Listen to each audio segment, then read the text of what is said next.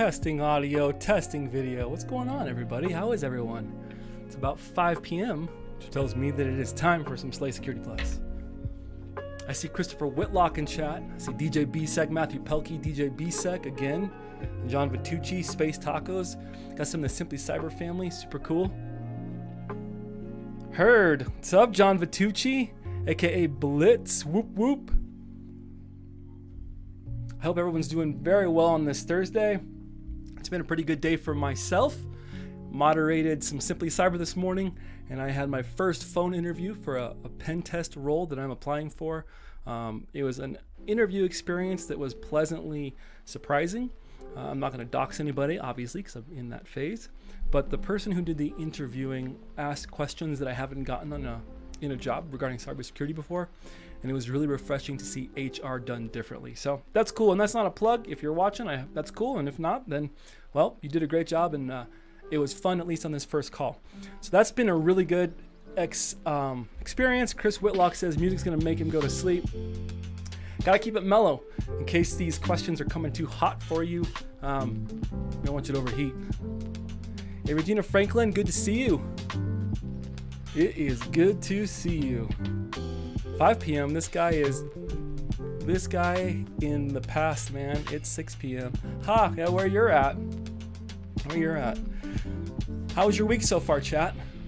We're gonna talk for a little minute. We have about 60 Domain 2 practice questions to crush tonight to get going, but I'm gonna let everybody kind of hang out for a second.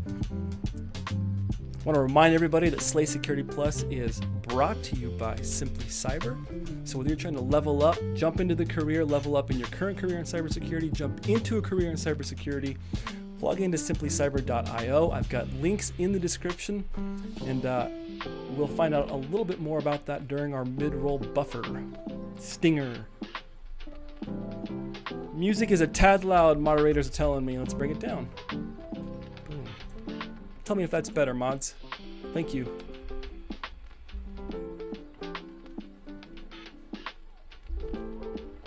See Justin Gold's entering the chat room. Yeah, Joseph Caden, Casually Joseph. Got the whole team going on. All right, let's get to cooking. Before we do that, let's pay the bills with our mid-roll and our Slay Security Plus sponsor. And let's hope this goes a little bit better than it did last time. Let's roll. Are you feeling lost in the vast world of cybersecurity, overwhelmed by technical jargon and confusing career paths? You're not alone. That's why I built Simply Cyber. Hi, I'm Dr. Gerald Ozier. Come join Simply Cyber, your supportive and inclusive community for navigating the exciting world of cyber. There's so much to take advantage of. Master the skills you need with Simply Cyber Academy, offering in-depth courses aligned with the GRC analyst role. Never feel isolated. Connect with fellow cyber enthusiasts and professionals in our thriving Discord server. Ask questions, get feedback, share your journey. Check out the Simply Cyber YouTube channel, delivering insightful interviews. What are your thoughts around, web app pen testing as entry level? And I included bug bounty here because that's very accessible to everybody. Practical skill demos and daily cyber threat briefs, all hosted by industry experts. There's so much more to discover. Are you ready to join the community and empower your future? Visit simplycyber.io/socials for all the links and start your cyber adventure today. Woo, let's rock and roll. Simply Cyber, Dr. Jerry Ozier, thank you for the sponsorship. Thank you for this awesome workstation and supporting everything that we're doing here at Slay Security Plus. Just with this amazing clip, it has the echo correct. Yeah, I was able to take out that echo, I think, by changing some of my sources. Before we get too far, I wanted to say that our lesson is proudly sponsored by Josh Mason of Mason SC. Whether you're here for a CISSP course, IT consulting services, you want to level up your career as well, maybe in a different way, whether it's course creation, learning how to be a better leader in the industry, reach out to Josh Mason. You can find him at mason/sc.com. I'm going to link that in. Oh, I can't link it in chat. I will link that in chat next time.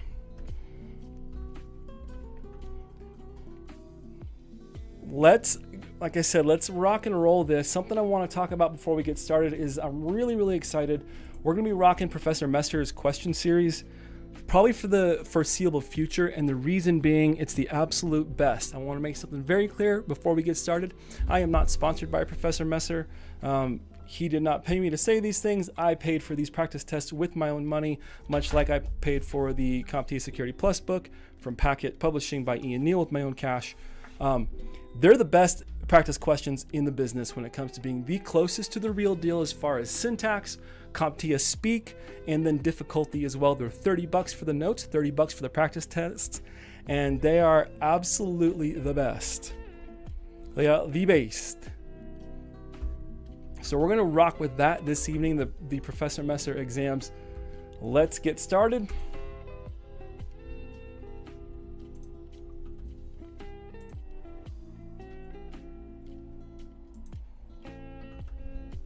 We're going to start off with a question here, just coming out of the middle of the Professor Messer questions. We're covering all of the domains. Let's really quick, before we get too far ahead of ourselves here. The Security Plus Domain 2, so we're looking at threats, vulnerabilities, and mitigations. We are going to have practice questions from every single one of the domain objectives, so 2.1, 2.2, 2.3, 2.4, and 2.5. We will have a question that has something to do, that's pulling information from this part of the Security Plus exam. And we'll also go through some strategies, because Professor Messer does a great job in his questions of writing them in such a way that it's very CompTIA-like, and we can digest and start to dissect the format of their questions, because you can get a lot of information and a lot of the answers that are already in the questions built in. So let's see if we can start with number 1, reopen poll. That's what I want to do, correct? Make sure it does the thing I want it to do. It is present this to full screen. Everything we do with the live testing is completely anonymous. This helps squash imposter syndrome so that you can feel free to plug in an answer to test yourself to see where you're at. And the way to do that is to join us at vvox.app. That's vvox.app. And you can use the ID 163-526-042 or scan this QR code. And I have it set so that it will anonymously give me the results of whatever you put in. So nobody gets doxxed, no names. Kenny Lowy dropping in chat. How you doing? DJ BSEC, Slay Security Plus. This is looking good. Thank you, sir. I took some of your tips from regarding live streaming, that is, and applied them to some of what I got going on here. All right, this is our first question. We're going to let this one ride, and I'm going to set a 1-minute timer. I'm going to do my best to set the 1-minute timers. Remember, the Security Plus exam has roughly 90 questions. I'm going to yap a minute while you're plugging in the answer for this one. The Security Plus has roughly 90 multiple choice questions and PBQ or performance-based questions, which we will also cover those. Not today, but we do cover those. You're usually going to get between 75 and 80 multiple choice questions and between 2 and I've heard in upwards of 6 performance-based questions. But if they give you 6 performance-based questions, they know you'll only get like 60 multiple choice. So they weigh it in your favor, right? You get about a minute per question when the day is said and done. And so here, after we get through this question, I'm going to do my best to set a minute timer. And then I want you to just to kind of get used to what a minute feels like. And in doing that, I believe I have this capacity towards the end.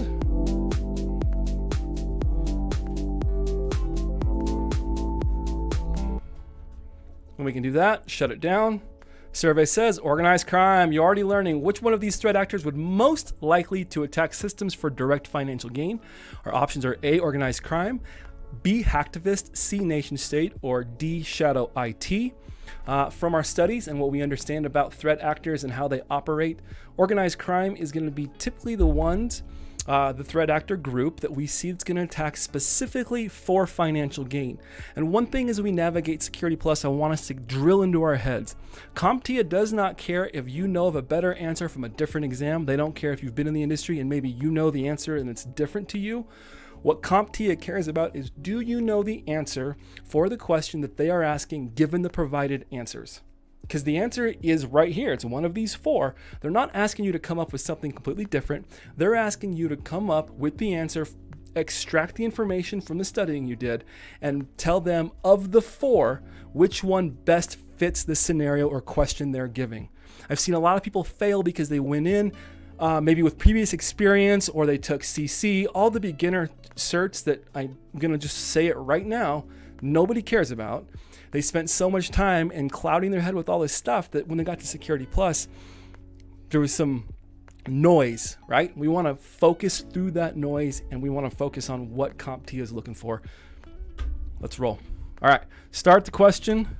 See if I can do this right. Correct answer is organized crime.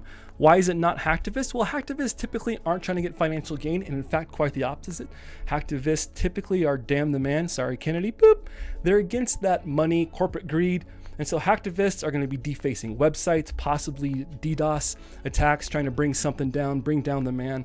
Nation-state actors. A nation-state threat actor is not concerned with financial gain. A nation-state threat actor is typically backed by the country that it's working for, which has, unlimited resources, so to speak. And so they're not going to be looking for financial gain.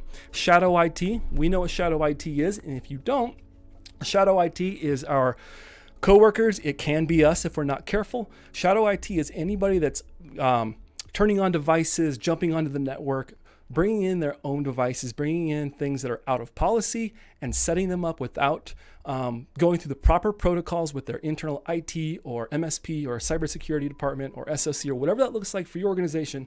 If you're bringing in your own computer and you're setting it up and you're doing things on the network, that's shadow IT. It's an internal threat, and it can be just as dangerous as a nation state or an APT. So yeah, let's talk more about how I feel about shadow IT.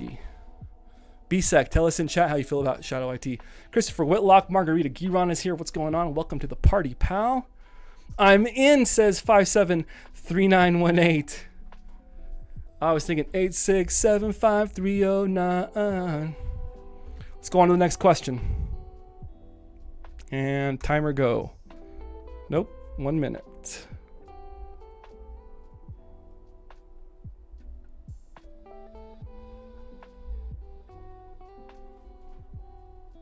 Stop and move on. There we go.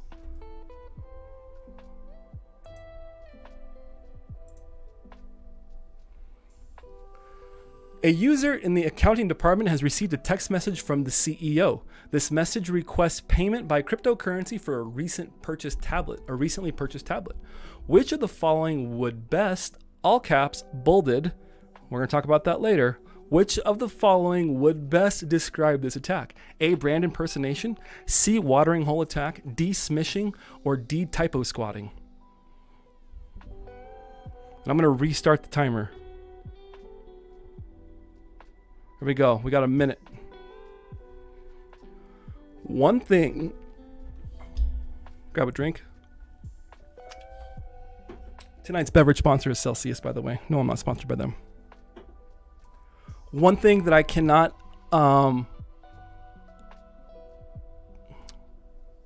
drive home is reading the question all the way through. Because you're going to read the question all the way through, and there's going to be answers that are going to jump out at you when you go to take your exam that are clearly not the correct answer. You have about 30 seconds. Request payment, we see CEO. Is it typo squatting? Is it smishing, watering hole attack, brand impersonation? The CEO could be a red herring. And then we see the word best. Is there a good, better up? Is there a good, better, best option that you could choose from? Maybe. We'll talk about that. And boom.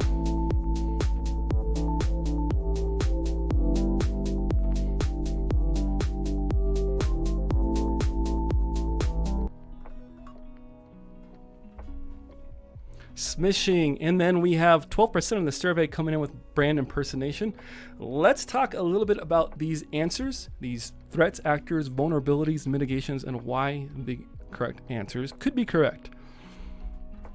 A user in the accounting department has received a text message from the CEO, right? So we see text message and CEO. Our brain might be going to a few things, right? Maybe some spear phishing. We see whaling. We see CEO. So our brain starts to go there. The message requests payment by cryptocurrency for a recently purchased tablet. Which of the following would best describe this attack? A watering hole attack is usually typically, it always is, it's a redirection attack, right? We're sending people to a site that they normally use, maybe a third-party vendor. We're counting on them to be dumb and trustful, let's be honest with you, and that they're going to go to whatever site they normally go to. Watering hole, if you can imagine a bunch of cattle come into a watering hole, and they get sick because a threat actor poisoned the well. It's the same thing. You find a website or a resource that you know a group goes to frequently, and you poison the watering hole. It's a form of redirection attack. We don't see anything talks about words being misspelled or misplaced or typed in close to. So, but we do have brand impersonation and smishing. The reason I would not choose personally brand impersonation is because I don't see anything talking about trying to look like, copy, or insinuate that they are the brand, right? This is just a text message from the CEO. And whenever you see text message, your mind should automatically start going to smishing, right? SMS, short message service phishing. 87.5 of you said that, and I believe 87.5 of you are correct. Smishing. Moving on. Which of the following vulnerabilities would be the most significant security concern when projecting against a hacktivist or protecting against a hacktivist? A, data center access with only one authentication factor. B, spoofing of internal IP addresses when accessing an intranet server, keyword intranet. C, employee VPN access uses a weak encryption cipher. Or D, lack of patch updates on an internet-facing database server.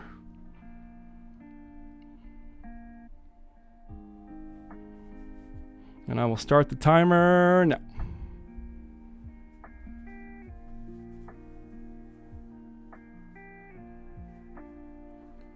Start going through what it's asking. Hacktivist. What is a hacktivist known for? No, Slay Security Plus. This is a text message from the CEO. It's not brand impersonation. It's from the CEO. Phishing information, pretending to be somebody else. I get those. I get those quite a bit. Hey, thanks for signing up. Blah blah blah. To get started, I got one that was from some guy named Kyle. Said we were long lost friends. Yeah, right, Kyle. Go away, Kyle. If your name is Kyle and you're watching, no offense.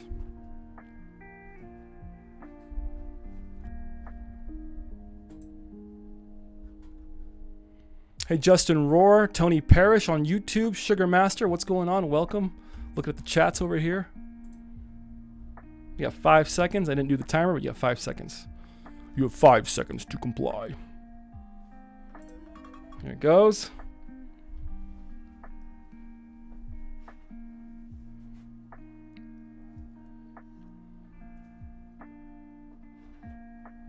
Christopher Whitlock says, I'm really curious for this one. I take it he's talking about the question we're asking. I feel like it's more than one option here considering the lack of info.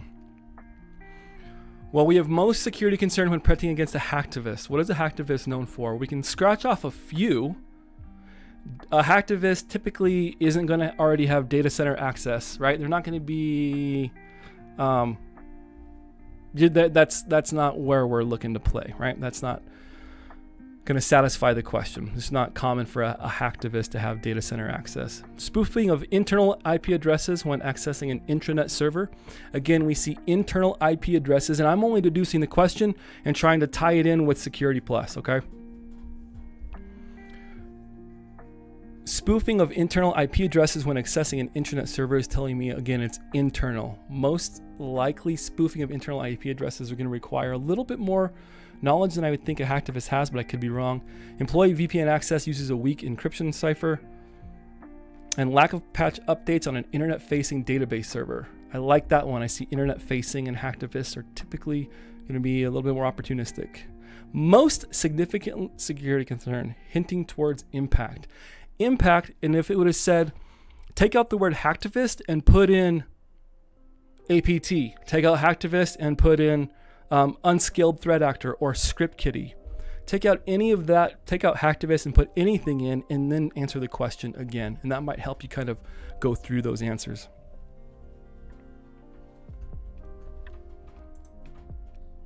Lack of patch updates on an internet-facing database server. One of the easiest ways for a third party to obtain information is through an existing internet connection. A hacktivist could potentially exploit an unpatched server to obtain unauthorized access to the operating system and data. The incorrect answers. Single-factor data center access. Hacktivists can't easily enter secure areas. One authentication method generally prevents unauthorized access, but more factors increase security. B, internal IP address spoofing on an intranet server. Again, we're talking intranet, so we're already on the inside. Intranet servers inaccessible from the outside are unlikely hacktivist targets unless they can find a network and pivot in using something like proxy chains or S-shuttle, right? And create that VPN service so you can talk to something inside the network. Hint, hint, hint for any of you hackers out there.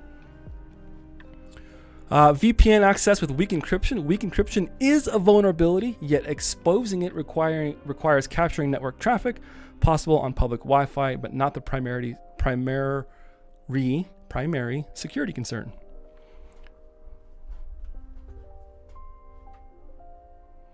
Yes, correct, Christopher Whitlock, but the most common is number 4. And that is what I see people get hammed up with Security Plus the most is sometimes the choices they give you, there might be better choices. You have to choose the best from the options they give you. Don't let yourself get sidetracked by other things that you know or whatever. It's from the best, the options that they provide for you.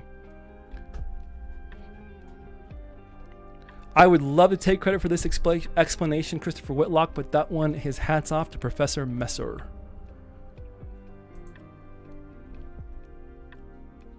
Moving on. A company maintains a server farm in a large data center. These servers are used internally and are not accessible from outside of the data center. The security team has discovered a group of servers was breached before the latest security patches were applied. Breach attempts were not logged on any other servers. Which of these threat actors would be most likely to be involved in this breach? Organized crime, B, insider, C, nation state, and D, unskilled attacker. Now I'm counting on you, Slayers, to get this one 100% correct. And if you don't, that's okay, because we're all here to learn. But I'm counting on you, Slayers, to use your cybersecurity knowledge, experience. The totality of the circumstances would lead a reasonable and prudent person to believe that the crime did occur. CRS statute 1-5- I don't remember what the statute is, but that is what we were taught. Going into police talk. There really is only one answer, and because it's pretty straightforward. Maintains a server farm in a large data center. These servers are used internally and are not accessible from outside of the data center. Organized crime. Could there be people that are organized crime, digital mafiosos, that are working for the company? Maybe. Could there be nation state actors? Maybe. Could it be an unskilled attacker that's trying to access a data center that is not internet accessing? Probably not, so you can scratch that one off. But I see words inside and internal, right?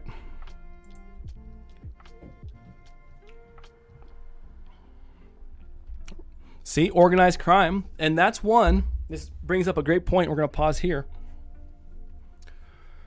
Hey, Steven, give me no answers in chat, dude. Insider. Oh, hi, Live Beat Labs. Welcome, Andy McPherson. Good to have you on the chat. Yep, so we answer everything via the Vvox app. If you want to scan the QR code with your device, or go to vvox.app and use the ID number 163-526-042. It'll take you anonymously where all of this fun stuff and the magic is happening. We're going to pause for a second and talk about Security Plus questions. The Professor Messer method, his questions, are the closest analog. Dax, one of my mentors and inspirations for all this on the Professor Messer channel. Dax, if you're watching, wouldn't be here if it wasn't for you, my brother. Dax made a good point, is that these are the closest analog, right? So the closest simulation to the actual exam. Security Plus, after 501, apparently made a rule in their exams that they will not have more than 3 sentences. So there used to be some really long questions, practice questions, in other people's productions that were just too much. So usually you're only going to get 3 sentences. You can count on the first 2 sentences to tell you the story and the scenario, and the last one is typically going to be the question. There's a little hack for you. As you're reading, I want you to be scanning for key words that you remember from your studies, because the idea is to get our brains to whittle the options down to a domain versus trying to pull from all of Security Plus. It's like grepping a file in Linux from your entire Linux file system versus grepping a file or a word or something out of a directory or out of a file. The brain kind of works the same way. If we can get our options narrowed down to that directory, right? If you can think of a directory and get our brain at least to the file, at least to the directory. Okay, so let's say a directory is the objective and the file may be the point, and then the answer is the text. Your brain needs to work like that. So as you're reading the question, start scanning for keywords. Okay, I go, a company maintains a server in a large data center. Doesn't matter. These servers are used internally, keyword, and are not accessible from the outside, from outside of the data center. So now I'm already thinking internal something. The security team has discovered a group of servers was breached before the last security patches were applied. Now I'm thinking some patch management, maybe something out of domain 1. Breach attempts were not logged on any other server. Now I go, it's not happening anywhere else. Which of these threat actors would be most likely involved in this breach? Then I start. Now my brain is already in the domain. I'm going, okay, I wondered. Then I kind of thought maybe we might be in a different domain. But by the time I got to the question, I'm going, nobody else was in there. It's an internal database, and my answer options are organized crime, insider, nation state, or unskilled attacker. The only one that should stand out to you when you start to get used to CompTIA speak is insider on this question. Grep slay. That article is in mind to read when I'm done here. Which article?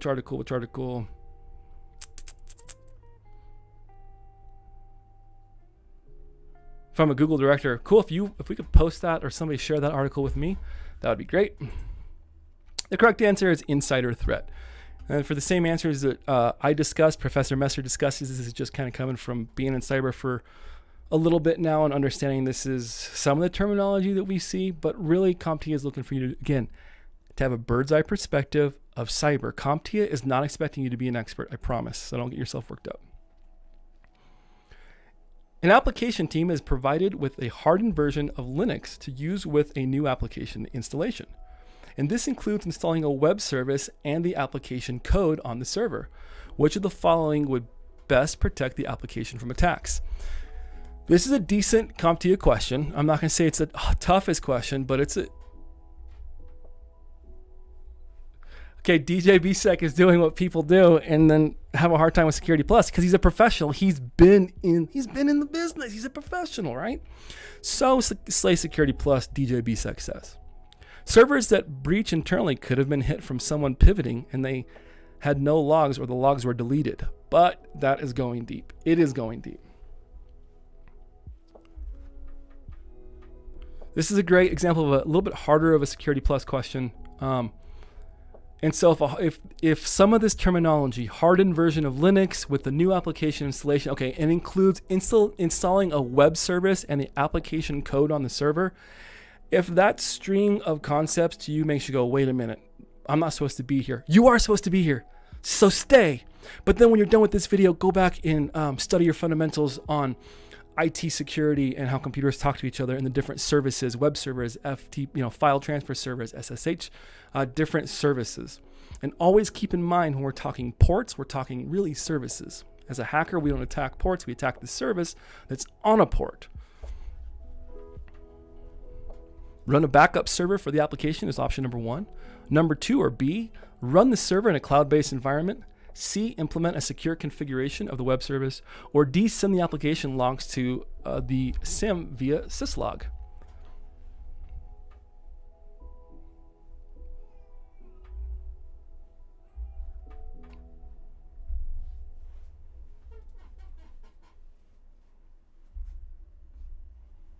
Hey ZMF, studying with you on my phone. Pink hand waving, awesome.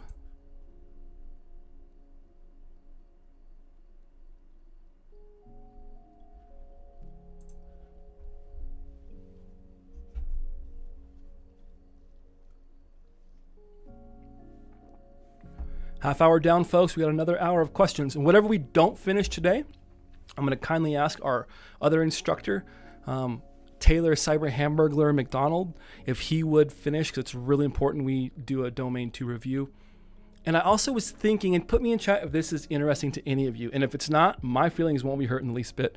Is anybody interested in watching the beginning of a home lab get spun up in real time. I've got the ISOs and I have not got them spun up in VMware yet. But if it's interesting to you, if you've never spun up a home lab ever, I would be interested in doing maybe 20 minutes of doing it live at the end. If that's not something you want to see, totally cool. Works for me either way. And while you look over the question and apply some of those theories and techniques that we talked about, I'm going to check in on our LinkedIn chat and make sure that we're not leaving anybody behind.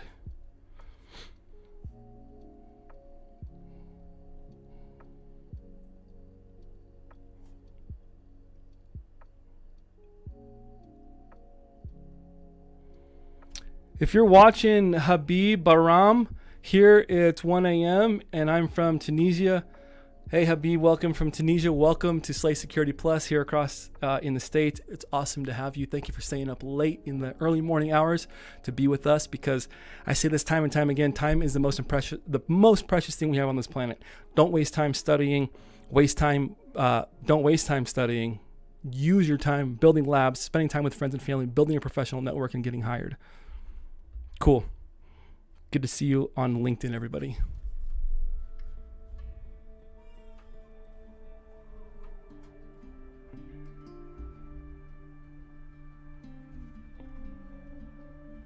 Gil says probably, because I don't want to actually put the answer in here, but if I was to put the answer in here, it would be, he says, implementing a secure configuration of the web service. Ooh, this is some Cosmic Cowboy right here.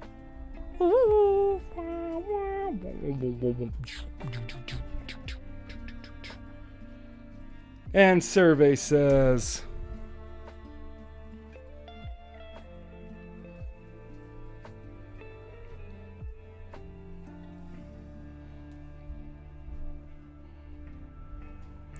let's look at a few of these answers really quickly and talk about Cyber Cowboy Mando. That's right.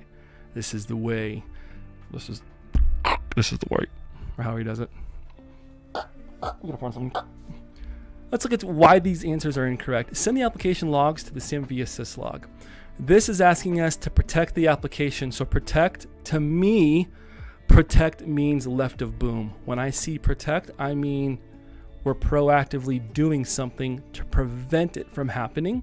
Whenever you see logs, SIM, SOAR, that's typically going to be during or after, to the right of boom. Boom being the attack.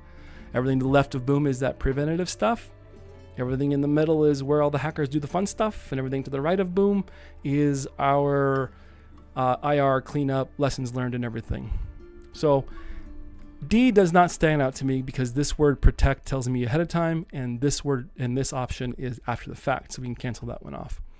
Run the server in a cloud-based environment, maybe, but cloud is also susceptible to attacks, so I don't think so. Build a backup server for the application. I don't know about building a backup server, but you want to have your data in the source code backed up. But before that happened, I would want to implement a secure configuration of the web service to avoid any of this happening in the first place, to give us any alarms or indicators if what we're doing is insecure. Let's see if I'm on the right path. You answered it, Gil, and if you thought the answer was implement a secure configuration on the web service, you would be absolutely correct. As Professor Messer explains it, implement a secure configuration of the web service. The tech support resources for many services will include a list of hardening recommendations. This hardening may include account restrictions, file permission settings, internal service configuration options, and other settings to ensure the service is as secure as possible.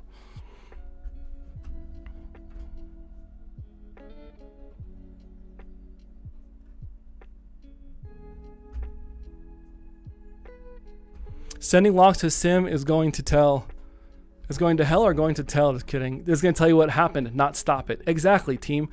Just like BSEC said, we're extracting these little words, and I don't want you to think it makes the test harder. In fact, understanding fully what the question asks of you is going to make the test so much easier, because just by knowing that this word means protect is ahead of time, you can scratch out the bottom answer. You can scratch out a couple of the others if you really think what the question's asking you in context. Moving on.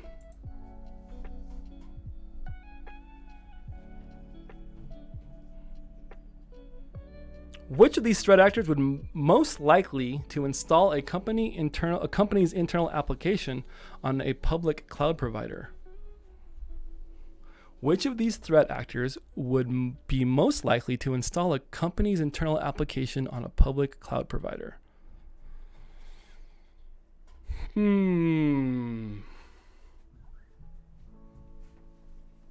I wish I could do a reaction face. I don't know. Let's look through this one together, guys and gals and robots. Don't you know? Which of these threat actors would most likely to install a company internal application on a public cloud server? I don't know. Hacktivist tells me outside. Nation state is outside. Organized crime is outside. But Shadow IT, isn't that kind of like the C-suite setting up some kind of internal application on the public cloud provider? This question to me screams Shadow IT. Bear with me while I grab a drink of water, please.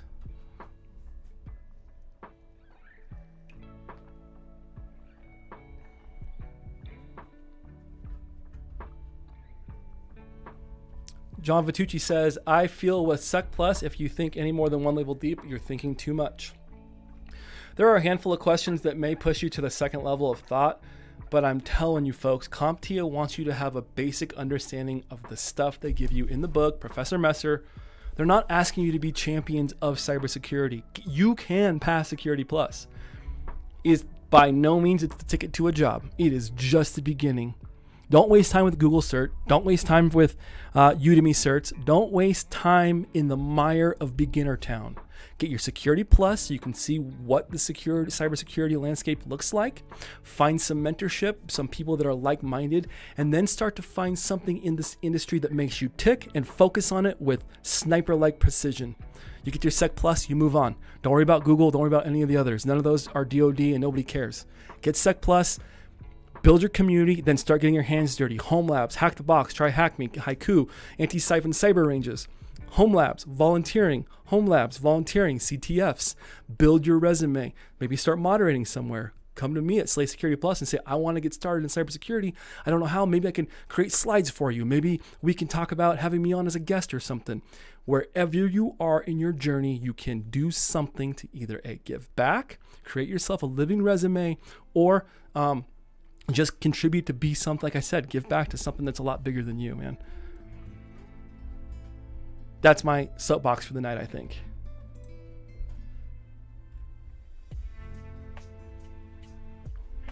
Remember, the question says internal. Hacktivist could be internally working. Sorry for the camera bounce. Hacktivist could be internally working for you, but typically this is going to be Shadow IT. Shadow IT is an internal organization within the company, but is not part of the IT department. Shadow IT often circumvents or ignores existing IT policies to build their own infrastructure with company resources. Shadow IT can be on purpose and it can be accidental. So it can be malicious, or it could be benign and somebody's just dumb. Sorry, Carl. Got my A+ start of February and working on Net Plus, Sec Plus to get into IT. Hey, 573918, DJ BSEC, Christopher Whitlock, anybody let's have a conversation on your Twitch channel right now. Let's go ahead and flesh this out a little bit. 573918. Are you paying for your Net Plus and Sec Plus? Are you paying for your Net Plus out of pocket? Let us know in chat.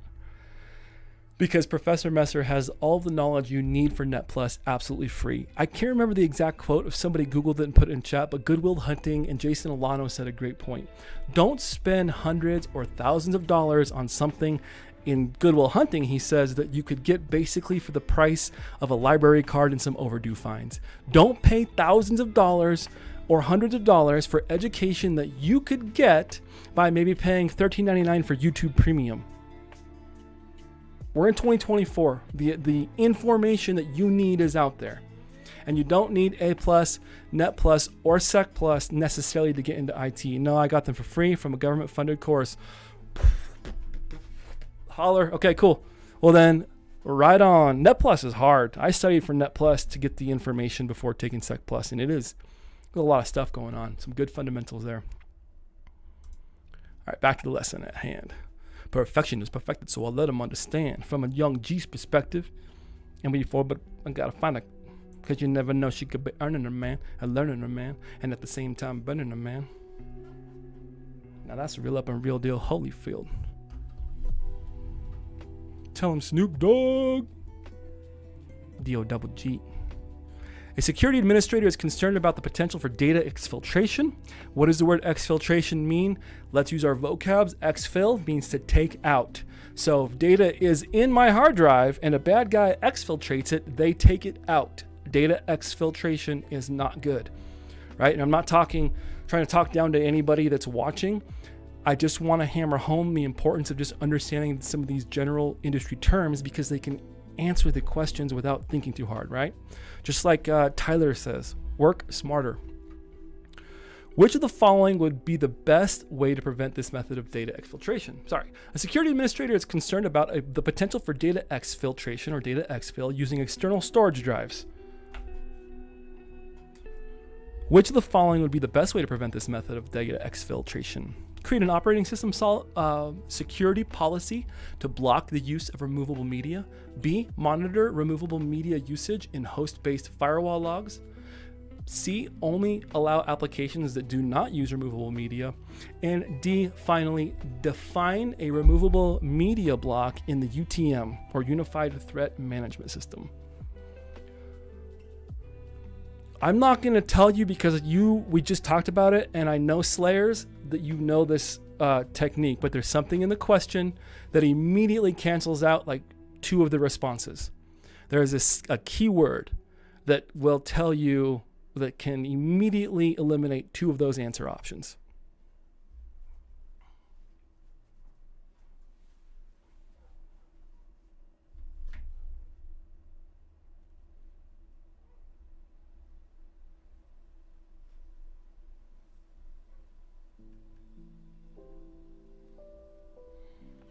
While we answer the question, do a little bit of radio roll call. I am Jesse J, aka the Cosmic Cowboy.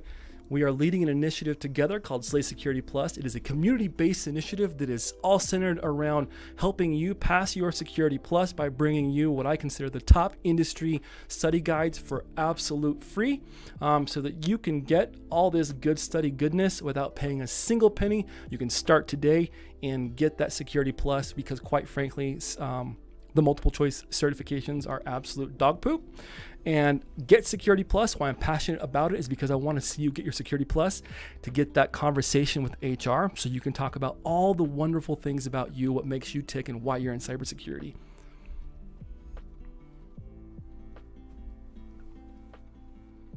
Slay Security Plus is proudly sponsored by simplycyber.io. Whether you're trying to level up your career, jump into a new career, or find community and mentorship, make sure you check out simplycyber.io. That link is in the description.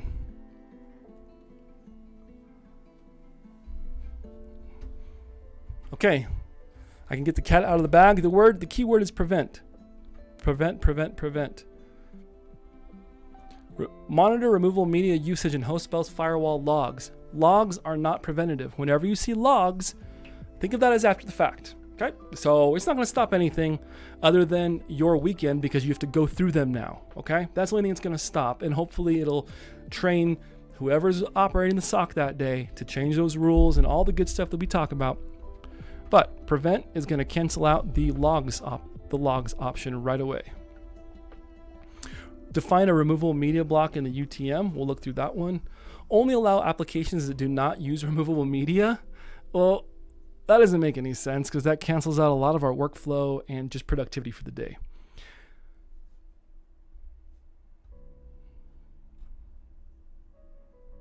James Barcia, hey Chris, what's the best way to connect with somebody? DJ BSEC said it best, LinkedIn. You can find me, Ben Sherrill, aka DJ BSEC. You can find Christopher Whitlock, Dr. Jerry Ozier, all of us on LinkedIn.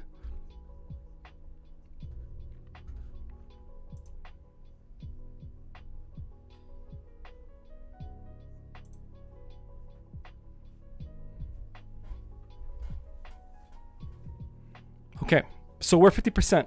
Let's talk about why we're only 50% and not 90%. And we're going to see this question a couple times. And I want to stress that the Professor Messer exam bundle only has 3 practice tests. And some people go, well, that stinks. It doesn't have 15 verbose, intricately worded, way beyond scope, $200 practice exams. It's only 3 practice exams for $30. Well, they're the best, A. And B, you're not memorizing the question, you're memorizing the concept.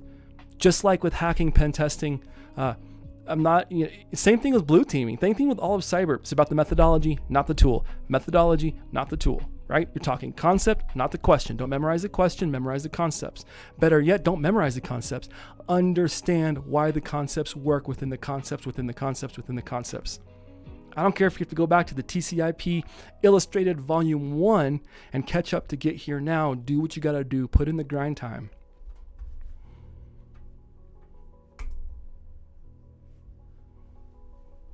An attacker calls into a company's help desk and pretends to be the director of the company's manufacturing department.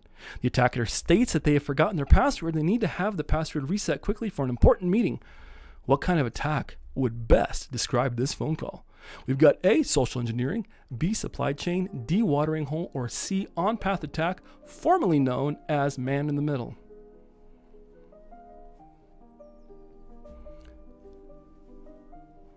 Joe Hudson, if you're watching, dude, when are we going to make some music? I've got this sweet interface here, right? What else did we pick up recently?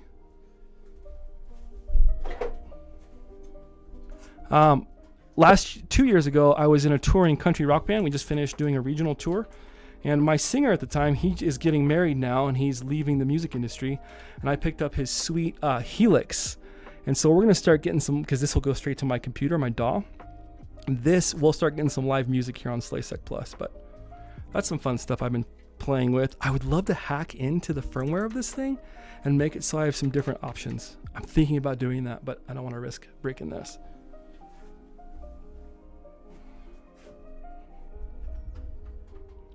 Supply chain, maybe? Well, it's not on path, right? Why isn't it on path? There's nothing in here that leads us believe that we have an on-path attack. An on-path attack is typically man in the middle.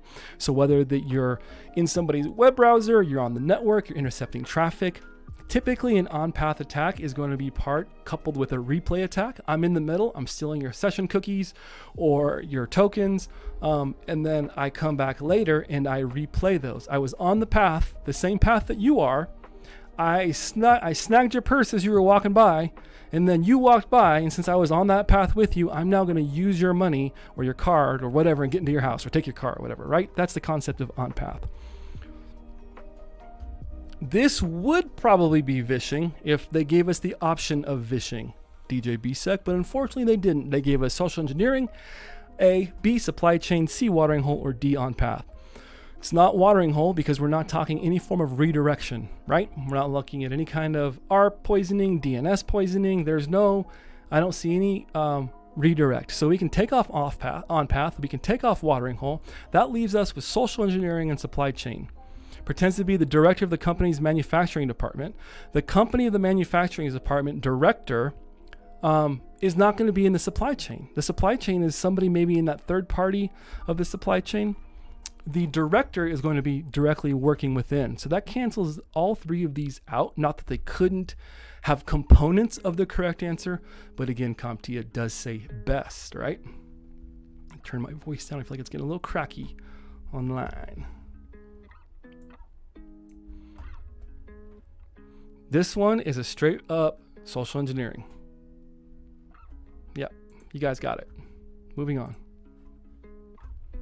A remote user has received a text message with a link and login to confirm their upcoming work schedule. Which of the following would best describe this attack?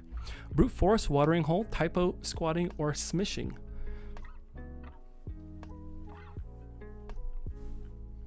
Let me go back to that question somebody asked. I think it was. Is it gone? Working on a third monitor so that we can do a little more interactive with the live quizzing. And I'm not a huge fan of how Restream does some of the... Oh, Live Beat Labs, Auntie McPherson. I'm a guitar player. This is my pride and joy. It's a Strat that I built out of custom shop parts with Klein pickups to give that John Mayer, Stevie Ray Vaughan tone. And then the other one in the quiver today is a Telecaster that I bought used for $900, but it's ended up being made in the US with like this cool custom pickup in the middle. Love this Tele. And then the final one in the quiver tonight is this Gibson Les Paul with a red cherry burst finish, not custom, US standard from 2023 with a fat 50s neck on it. And then there's like 5 more in there, but they're just tools, man. They're just like Nmap is a tool for cybersecurity professionals. My guitars are a tool for playing and creating music. This one should jump out at you, class. And I can see why you would think, why Watering Hole link the text message with the link to confirm their upcoming work schedule. To say text message, that the link part maybe leads you to believe Watering Hole. And that's why maybe CompTIA has best. Okay. Now let's talk about that word best. CompTIA has partially weighted questions within their certification exam. Meaning, if you get close to, let's say you selected Watering Hole on exam day instead of smishing. The correct answer is smishing. Short message service phishing is what's going on.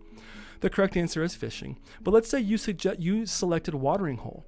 If I was a good professor, I would say, okay, tell me why. I'm always interested in the why. If the answer is wrong, I learned this in music and in law enforcement.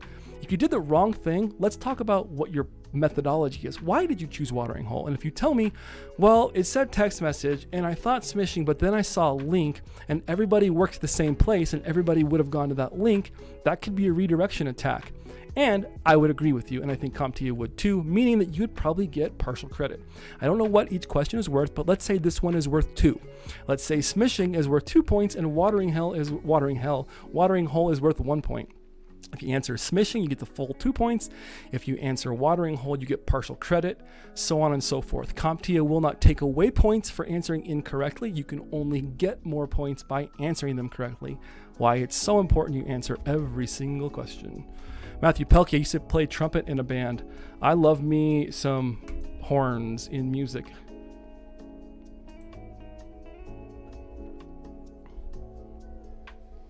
Gravity, yep.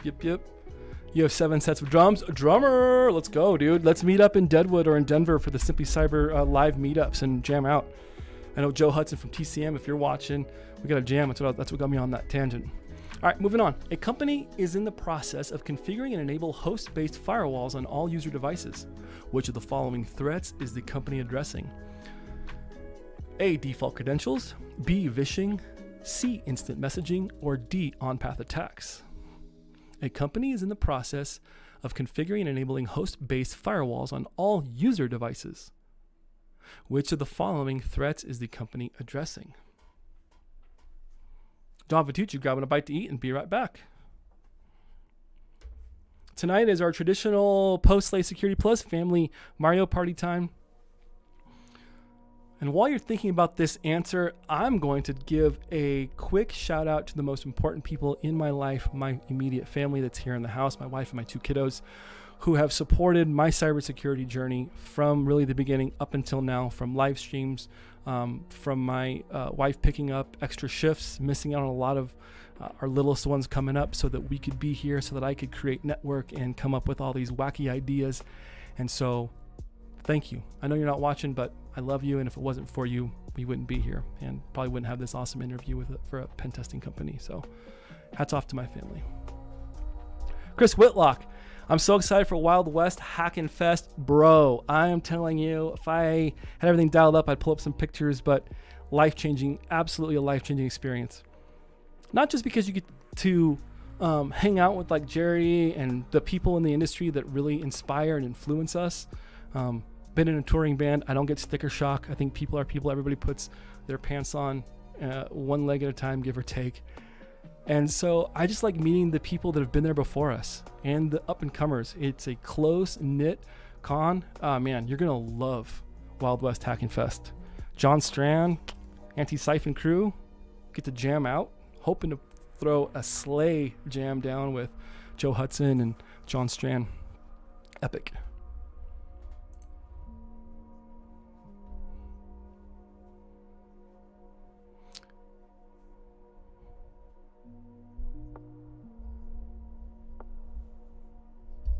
"75% of you say on-path or man-in-the-middle attacks.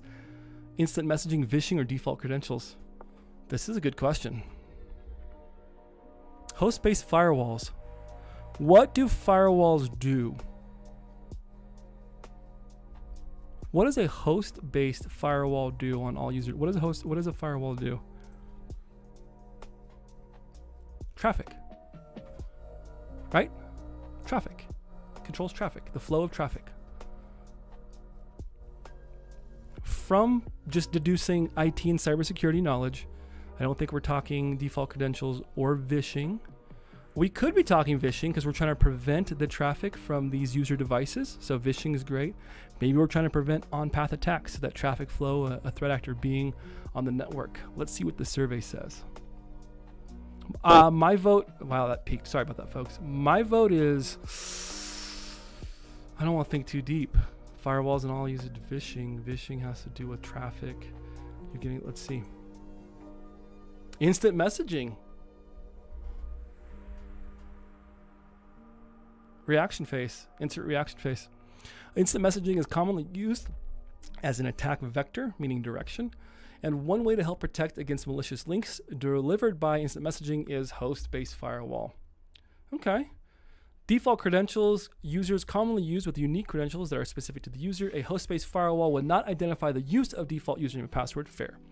Vishing or voice phishing occurs over the telephone. Aha, duh, Jesse. See, you went ahead. You sped ahead and thought. On-path attack describes a third party. Victims of an on-path attack are not usually where the attack is not taking place. So host-based firewall would not be able to detect an on-path attack. Man, okay. Gonna flag that one. I'm gonna read this question and reminding me of flagging questions. I'm gonna jaw jack a little bit on that while we answer this one. A manufacturing company produces radar using commercial and military organizations. A recently proposed policy change would allow the use of mobile devices inside the facility. Which of the following would be the most significant threat vector direction of attack? The direction you use. Issue associated with this change in policy. A, unauthorized software on rooted devices. What does rooted devices mean? When you look at the answers, remember what I talk about. We start subtracting the concepts within the concepts. Remote access clients on the mobile devices. C, out-of-date mobile operating systems. Or D, loss of intellectual property. BSEC says, hey, Slay Security Plus vishing would work if the device has VoIP on it. So, hey, that's fair. And which device in 2024 doesn't run on VoIP? On-path makes most sense. Thank you. So I wasn't completely lost on that one. What was I going to talk about? Something super important with the questions. Had to do with the last question and I forgot. We'll get to it.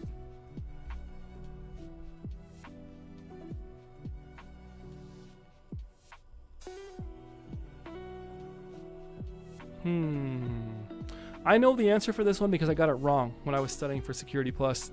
Some of these questions in the Messer pack are updated from his 601, which works for me because they're worded great. And if you're new to the channel, you probably haven't seen them. And if you're new and you're getting value from this, I would appreciate it if you did like and subscribe. Keep the algorithm so that more people come, learn Slay Security Plus.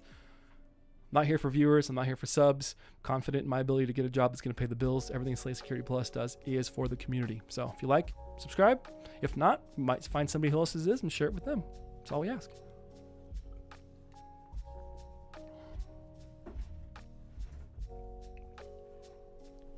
This is a tough one because a lot of these answers could be correct.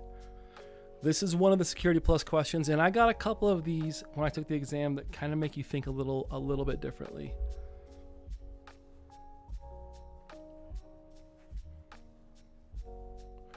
Slay Security Plus, BSEC says we're going to have to hook up on some Mario Kart. Yes, we are.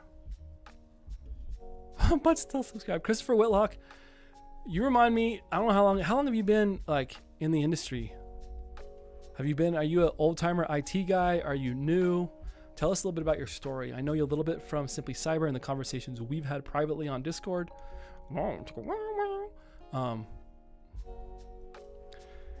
This is a tough one. The answer I'm just going to tell you right now is D, loss of intellectual property. CompTIA's argument and reasoning for this answer, I don't want to read it word for word because that drives me crazy when people do that. Basically, they're saying that loss of intellectual, by having a cell phone with proprietary stuff going on, that they're not worried about any of these, but they'd be worried about how easy it is to take pictures or send voice recordings or whatever of intellectual property. I know it's not the best of all of the Messer/Security Plus questions, but it is very similar to something that you will see on exam day. Moving on, 12 of 55. You all are doing great, by the way. I want you to know. An attacker has identified a number of devices on a corporate network with the username of admin and the password of admin. Which of the following describes the situation? A, open service ports. B, default credentials. C, unsupported systems. Or D, phishing. An attacker has discovered devices on a corporate network. I ran nmap, tac p tac, tac capital A, IP address, tac little o, capital A, output all to nmap.txt. And in that I see, or whatever I'm running, maybe I'm running some other types of things, right? And something comes back in my enumeration that we see that the admin used. We see something called default credentials. Okay, let's reverse it. That was a bad example. I'm inside an Active Directory network, right? And I'm working through some of the tooling. I'm thinking, because I'm in pen test mode, so I'm thinking right now, I'm studying with you guys, so bear with me for a second. I'm just letting my mind go down the path. So I've exploited, got my foothold. I got one box, but the box isn't connected to the domain controller. I need to pivot.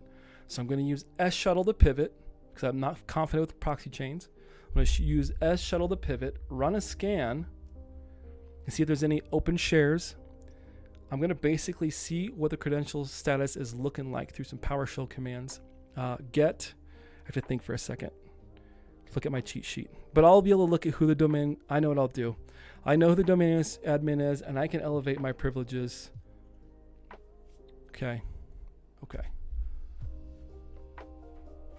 At any rate, you don't want default credentials. That is an easy way to pwn boxes and to compromise an Active Directory network. One of the most common things, I was watching a podcast from FR Secure, and they were mentioning, like, we still see unsupported like default credentials is still popping up like crazy in Active Directory networks. Yeah, there it is. Get net domain. I knew it was something close. Thank you for that. Nice. Stephen Gibney was doing PowerShell on TryHackMe yesterday. I cannot I keep saying underestimate. I can't understate the importance of learning your scripting techniques, whether that's PowerShell. I'd start with Bash, like John Strand says. Bash is really easy. There's lots of cheat sheets available. I'll post one tomorrow from my LinkedIn account, but there's some really good Bash cheat sheets. Learn a good text editor. I like Vim. I saw Alex from TCM use Vim, and I'm like, this is cool, and I like the controls, so I use Vim. But understand your scripting languages. Get a working knowledge of them. I cannot have that knowledge. Don't rely on GUIs. 100% of you, no need to waste time on that question. Great job. A security administrator attends an annual industry convention with other security professionals from around the world. Which of the following attacks would most likely in this situation? Smishing, A. B. Supply chain. C. SQL injection. Or D. Watering hole. Most likely, well, I mean, there could be some text message attacks coming from some bad people, some threat actors, some baddies at the convention. There could be some supply chain attacks going on at the convention. It doesn't sound like it's fulfilling this question, though. SQL injection. There is nothing in the question that's talking about input validation or secure coding or segregating web servers and data servers. It has nothing to do with web browsers. I don't see any of that going on, so SQL injection does not stand out to me. But I do see a lot of security professionals all gathered in one place, probably going to some of the same sites. I'm going to say no to supply chain, no to SQL injection, but could be smishing and could be watering hole. Most likely, I think watering hole. Let's see. I like being wrong.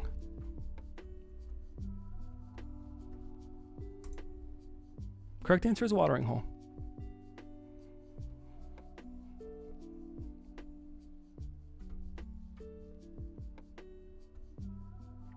And when I was talking, and I'm sure with SQL injections, there's other ways to perform SQL injection outside of attacking web apps. In my early red teaming experience, I know SQL injection is testing web apps, so I'll have to go look into. I still think but that's what makes sense to me. Watering hole is correct. Good job. When connected to the wireless network, users at remote sites receive an IP address, which is not part of the corporate address scheme. Communication over this network is also slower than the wireless connections everywhere else in the building. Which of the following would be most likely reason for these issues? A, rogue access joint. Rogue access point, rogue access joint. B, domain hijack. C, DDoS. Or D, encryption's enabled.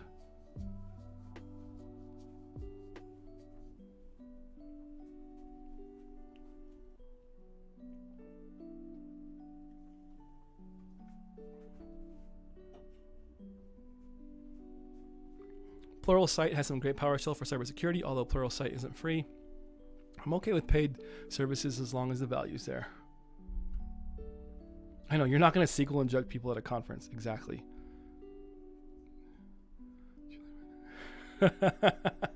Calling my next joint my rogue access joint. Good for you, 5739118.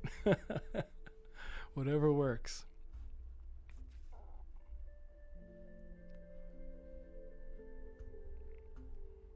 I don't think its encryption is enabled. Probably wouldn't be getting any communication. There'd be some other issues going on. It just doesn't sound like the answer does satisfies other questions, but not the one that's being asked. DDoS would be a distributed denial of service. This says that communication over the network is slower. DDoS is typically shutting down that service. Domain hijacking. Domain hijacking has to do with changing, right? You hijack DNS records.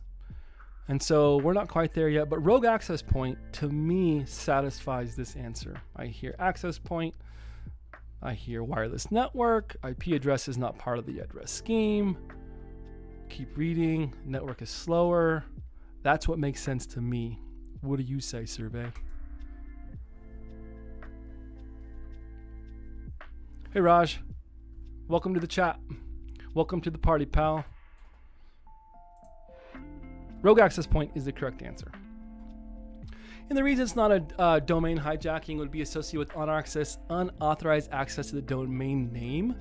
And so remember, when we talk about DNS, that's the domain name service that takes what we like to type, friendly human readable words, and takes those words and translates them to their correct IP addresses.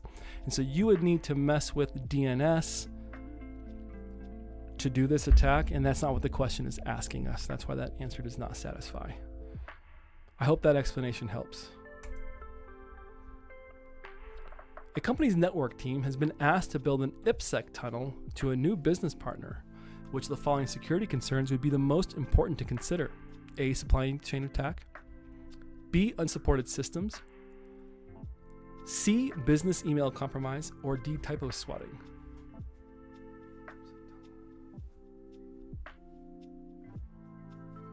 What is IPsec, everybody? Let's think about it. What is IPsec? Security Plus DDoS doesn't always shut it down completely. There are times it just makes it all slow. Fair. Very fair.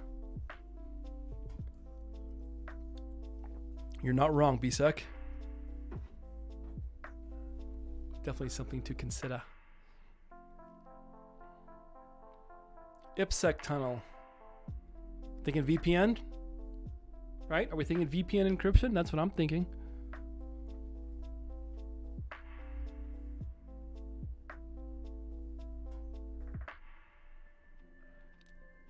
Unsupported systems. That one is standing out to me.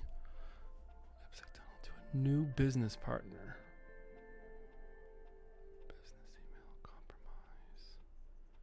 What is the most important? Most important. Unsupported systems, business email compromise, business partner, VPN, IPsec tunnel. Slayers, I'm learning with you on this one.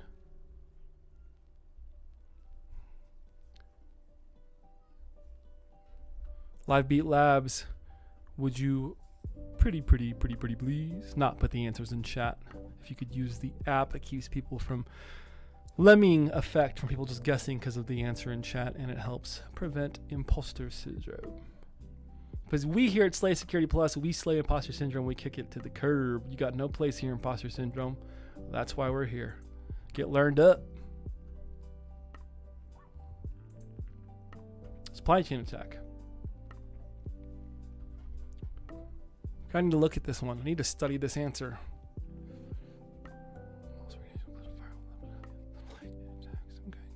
A direct connection to a third party creates potential access for an attacker. Most organizations will include a firewall to help monitor and protect against supply chain attacks. Okay, noted. Okay, they're being asked to create one. They are not saying it has been created yet at Slay Security. Thank you, DJ BSEC. DJ BSEC hosted Jawjacking today on the daily threat brief for Dr. Jerry Ozier. If you haven't been there before, check that out. Full of daily information. DJ BSEC has over 20, 25, 30 years, something like that, of IT security experience, sysadmin experience, and working with people. So what you see pop up in the chat is DJ BSEC, and he's got a wealth of knowledge, and we appreciate it. I'll tell you that. I love learning from people that are here in chat that work in the industry. It's great. Plugging and chugging, folks. You all are doing great.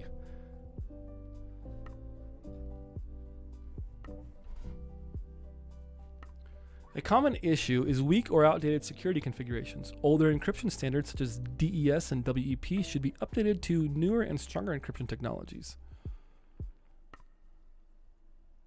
What? Did I mess up a question in my hold on, team. I'm sorry about that. Oh, those were options. Okay.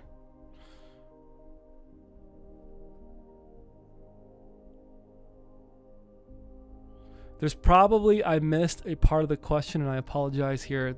Attention to detail. So note to self, lesson learned. As long as you learn from your mistakes, that's all that matters.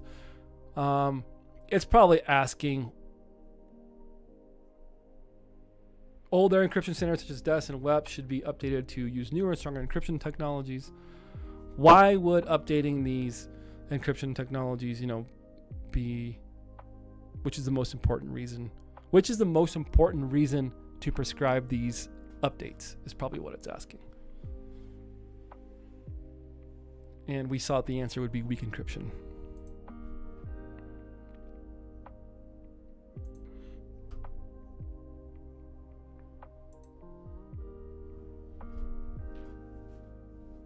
Hey, Space Tacos, thank you. It's good to see you on chat. I hope you have a wonderful evening.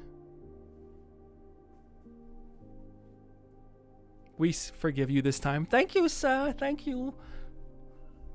The embedded OS or operating system in a company's time clock appliance is configured to reset the file system and reboot when file system error occurs. As you can see, we're moving into a different domain. You can feel it in the questions. To reset the file system and reboot when the file system error occurs. On one of the time clocks, the file system occurs during the startup process and causes the system to constantly reboot. Which of the following best describes this issue? A, memory injection, B, resource consumption, C, race conditions, or D, malicious update?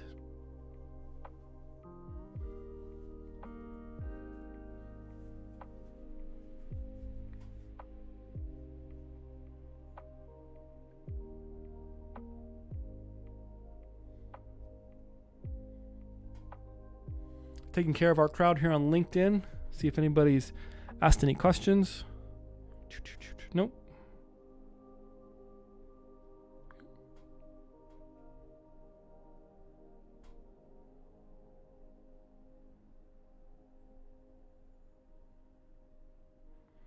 Jimmy Martinez says he's interested in viewing the virtual lab. Appreciate you for doing this. Jimmy Martinez, Are you still watching? If so, please let me know here on LinkedIn because I will get the lab started. Got 15 minutes left. It'd be a nice little break from the questions. Let me know on LinkedIn if you want us to do that lab, and we'll fire up getting VM started. I do use VMware Pro, so it's going to look a little different than VMware Workstation, the free version. Concepts are still the same. So if you're watching this on LinkedIn, let me know. James Barcia, are you here in chat? Let me look. I could have swore I saw your name. Hey, Cyber Vega, welcome. We do this. I host Thursday nights, and then our partner in crime, Taylor Cybergler, host on Monday nights. Same time, 7 p.m. Eastern Standard Time, 5 p.m. Mountain Standard Time, 6 p.m. Pacific. So Mondays and Thursdays. Very similar study styles, different people. Taylor comes with a different wealth of knowledge. He just passed the CISSP. He's got a little more industry experience than yours truly, and so it's awesome to have him on board. But we're also learning together. I focus primarily, my passion is red team, consulting, Active Directory hacking, external pen tests, web app pen tests. I am a blue-shirted, cold-blooded red teamer. And this will be on the main channel moving forward. Yep. So starting on Mondays, Cyber Hamburglar is going to stream from the normal Slate Security Plus channel. You can find him right here. Make it really simple, all in one place.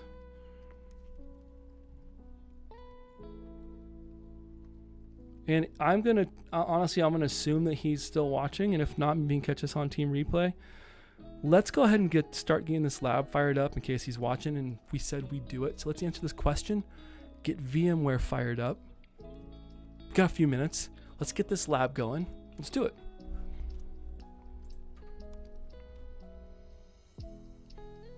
Memory injection or race condition.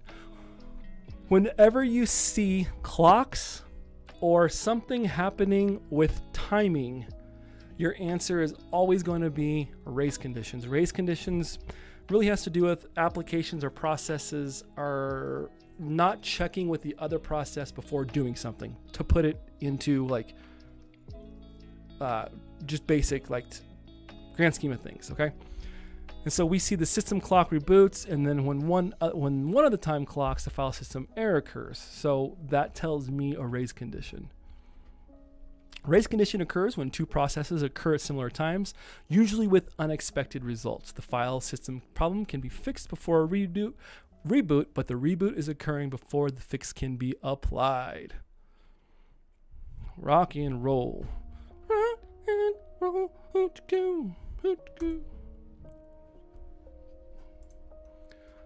What did you think of that power study session, that power hour? Did you get some value from those questions? Let me know in chat.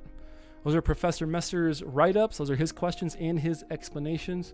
And so you can find those at professormesser.com. They're $30 for the tests, $30 for the notes, and it's going to be the best $30 that you can buy. I'm not affiliated. I don't get paid to say that. I just stand by his courses.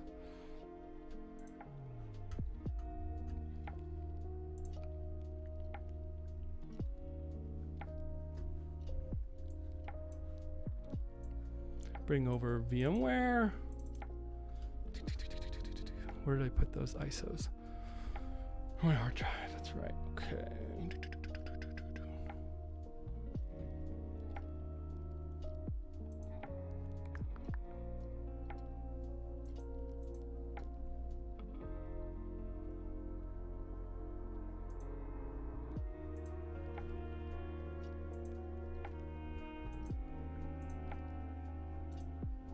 Okay, here we go. Do we want my face, yay or nay?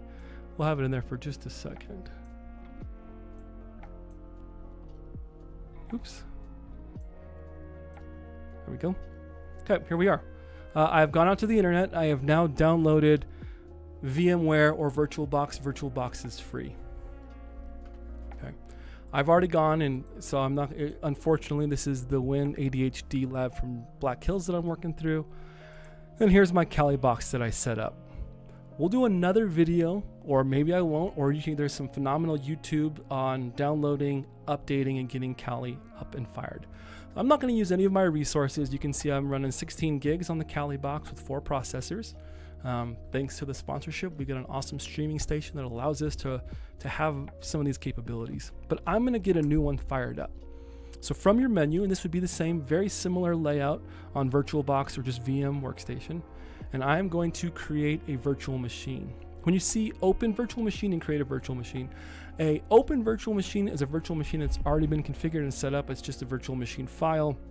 Requires a little bit more overhead on your system, but that's an option for just spinning up a VM. It's already up and running, ready to go.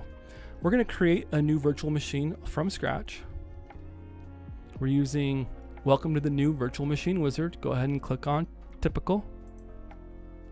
It's going to come to this menu where it's asking you about installer disks, installer disk image files or ISOs, or I will install the operating system later. I just got really Boston on accident. We're going to install the disk image files. And let's see what pops up first. Is it on the desktop? I believe it is. Let's go ahead and do the Microsoft Server eval. This is completely free. And if you're going, well, how do I get those, Johnson? How do I get those, Cyber Outlaw? How do I get those, Cosmic Cowboy? You Google Microsoft Evaluation Center and download the appropriate ISOs for your architecture. If you don't know what your architecture is, do what I did, figure it out. Write it down, put it in note. You can look it up, and that's great, but there is nothing like getting in your own system and figuring out how it works. I'm telling you. So we're going to open up this server. I'm going to go ahead and get the server fired up first. Windows Server 2022 is detected. This operating system will use easy install. Let's rock. The overall results, Chris Whitlock, for today's quiz are not going to be available because there's 60 questions and we've only done so many. I can go back through and post how everybody did. But we've got 60 questions, and this is an ongoing review, a live review. If you're performance or KPI based, I'll get those information to see how everybody did. Chris Whitlock, if you're interested, I'd be happy to get that information for you.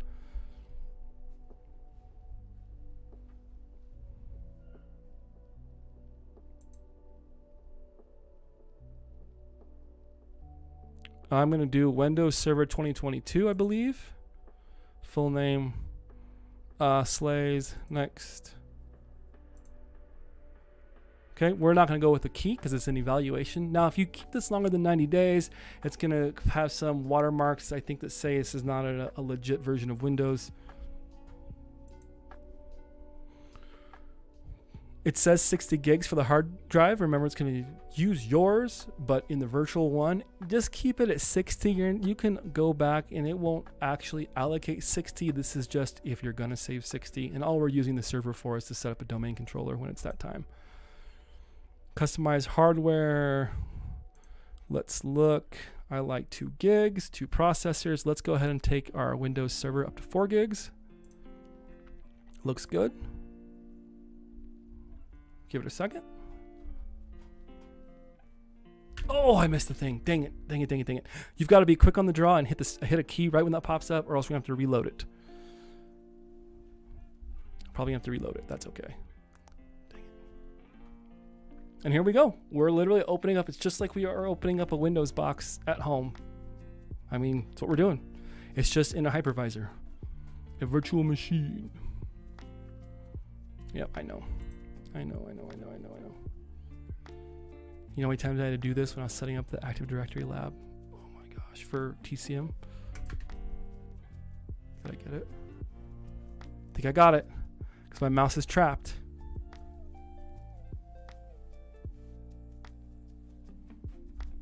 And you'll get these warnings until you kind of get in sync with this startup process. There's another workaround. If we can't get it fired up, though, we can go through it, yeah.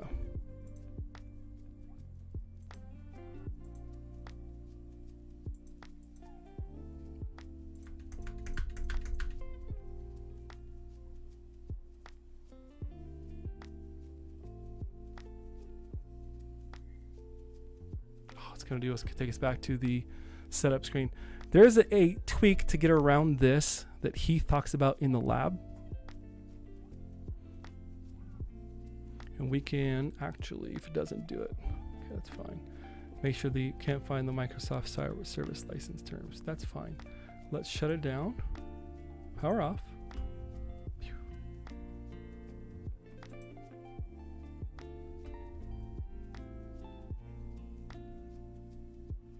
Okay. Make sure our settings are good. Nat.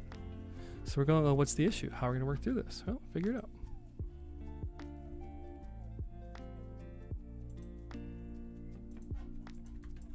Oh, not Callie.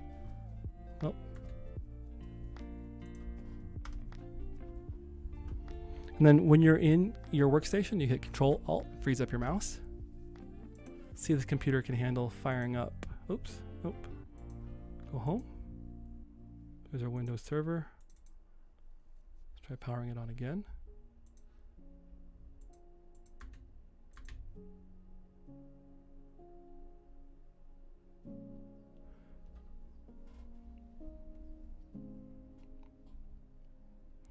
Okay. Watch Heath Adams, TCM, setting up a VM or a Active Directory lab. He walks through how to get through this hump. I had to do it a million times. It's pretty straightforward. It could be because I'm streaming. It might be something in the initial setup that we got wrong. Let's start from scratch. Okay, I'm going to close this one off completely. Start from scratch. Build live. Start from scratch. Let's do it again. Let's create a new virtual machine because I messed up. Dang it, I broke it. I didn't get it. I'm not supposed to be in cybersecurity. I'm a terrible hacker. I'll never be elite, ever. Let's try installing the operating system later. We're doing Microsoft Windows Server 22. We're going to call it that, number 2. Same thing is all the same. Customize 2048 or 2 gigs. Let's bump this up to 4. We're going to actually do this kind of a little workaround to get past that.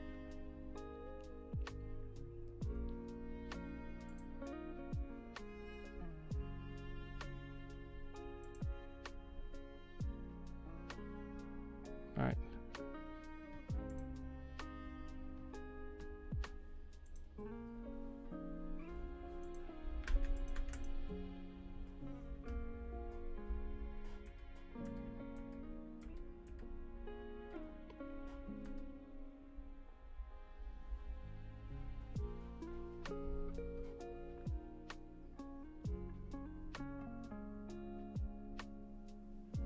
Boom. There we go, baby. Keep working until you figure it out. That's how we do it. I couldn't think of the way to get around it. Well, we figured it out as a team.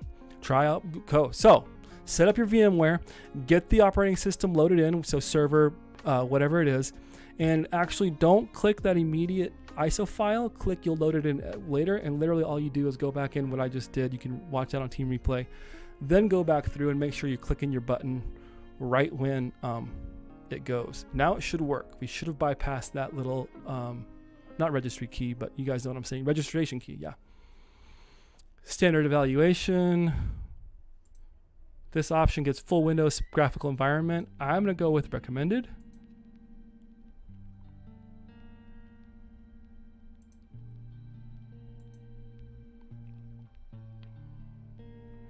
Custom upgrade install. We're just going to install the upgrade. Oh yeah, close. Sorry, we're going to do a custom install. My bad. We're not upgrading from 2019. We're just going. We're going big or go home. We're going intergalactic. We're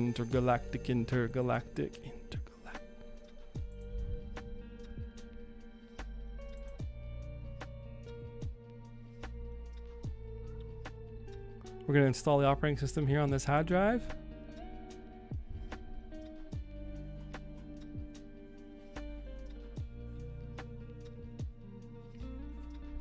Matthew Pelkey, feel free to, if this goes through and we get to our Windows login screen, which we should, Planetary, very good, Justin Gold. Matthew Pelkey, you can walk back through the steps and do what we did. Just remember that little workaround hack that we did to get the to get Windows Server to not require that key on startup.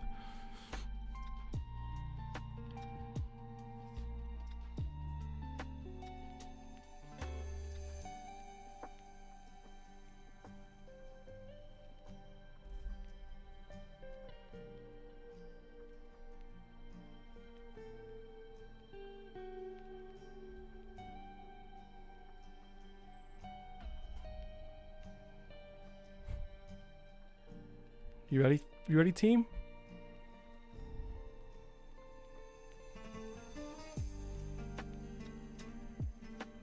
I'm going with the VMs off and cool. Woohoo. And then it should open us up into Windows and we can start the Windows process, which is always super, super fun, and go through your options on how you like to configure Windows Server and or Windows 10 workstation. So there you go. After that, it's pretty straightforward. There's a lot of videos. There's a great one that Heath does where we go in and we look at the system and we rename it to keep it simple for our Active Directory hacking lab.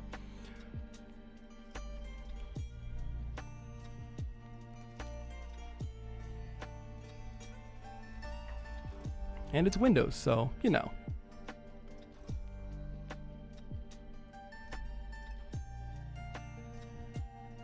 The user's password must be changed before signing in. Okay. New password. ADMIN. I want to be really secure.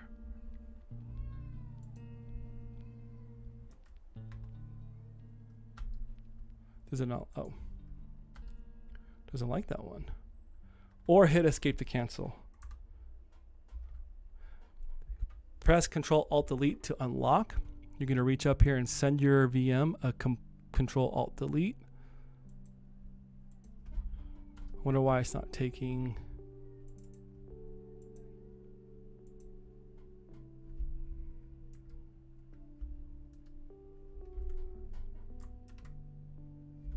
Oops. Whoop.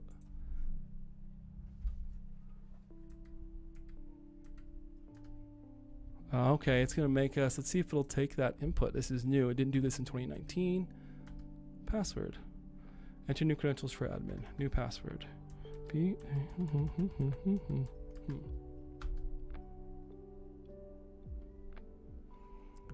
Gives us more things to work through. I'm going 2 minutes over stream, ladies and gentlemen. Security Plus Slayers.